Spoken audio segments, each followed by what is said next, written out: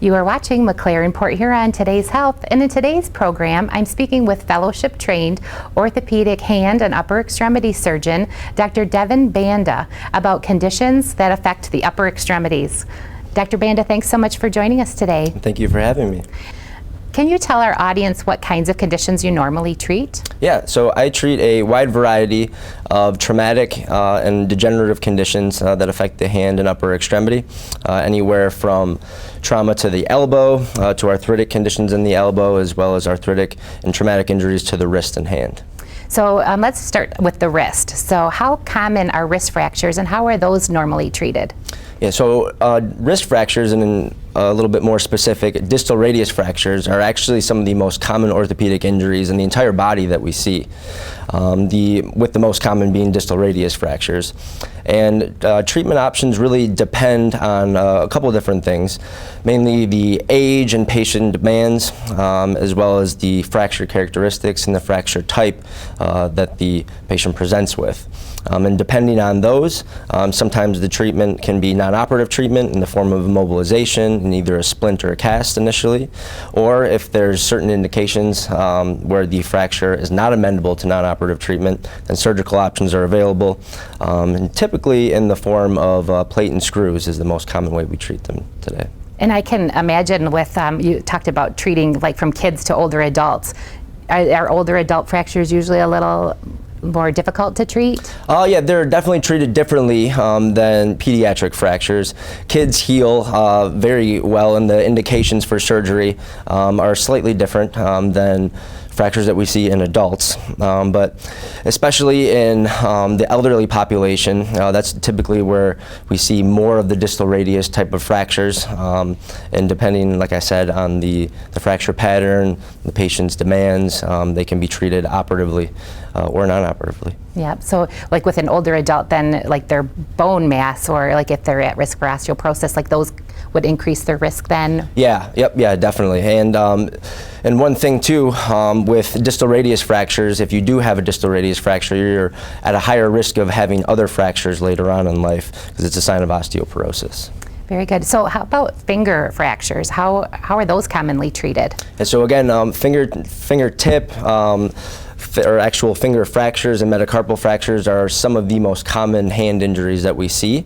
And similar to fractures in the wrist, they're kind of treated depending on the location that the fracture is and the specific type of fracture pattern.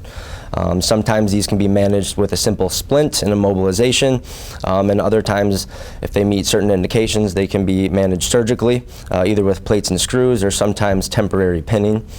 And typically, if we have the opportunity to, we like to use a more stable construct where we can get the patient moving as quickly as possible. Great. So what about elbow fractures? So elbow fractures are definitely not as common as wrist and finger fractures, but they do happen, and they tend to be associated with more soft tissue injuries as well, so that the complexity of the injury is a little bit more increased compared to the wrist and finger fractures. And typically these are more operative type of injuries because we don't like to really have prolonged immobilization around the elbow or really in any joint, but they typically involve the joint surface, and it's important to restore that so we can regain as much normal motion and anatomy as possible.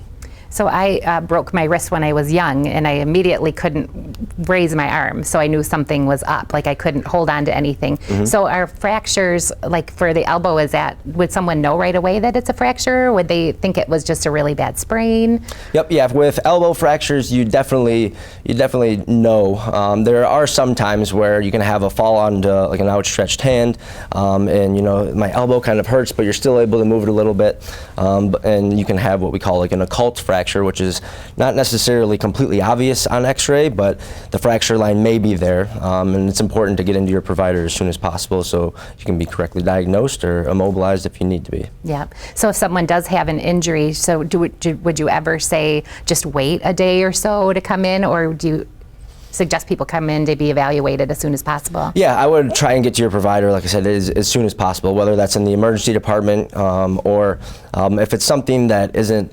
extremely limb-threatening or anything like that, then you can always call the office to schedule an appointment, usually within the first couple days after the injury. So you mentioned that you do sometimes surgical repair for fractures. What does the recovery look like for that? Yeah, so depending on the kind of soft tissue around the area, swelling, and the patient's really just native anatomy and overall health can really vary, but typically we try to keep immobilization as little or for as little as possible, just because especially in the hand and upper extremity, it does not like to be immobilized for a long time, but there's this balancing act when you're treating fractures of giving enough stability to the area that's fractured so that the fracture does not move and it stays stable, and kind of battling stiffness and scar tissue at the same time. So trying to strike that key balance is really important. And we try to get the best of both worlds in that aspect. Right. So if someone is immobilized for a longer period of time, could they maybe need some therapy afterwards to help regain range of motion? Yeah, so therapy is a very integral part in just hand surgery in general.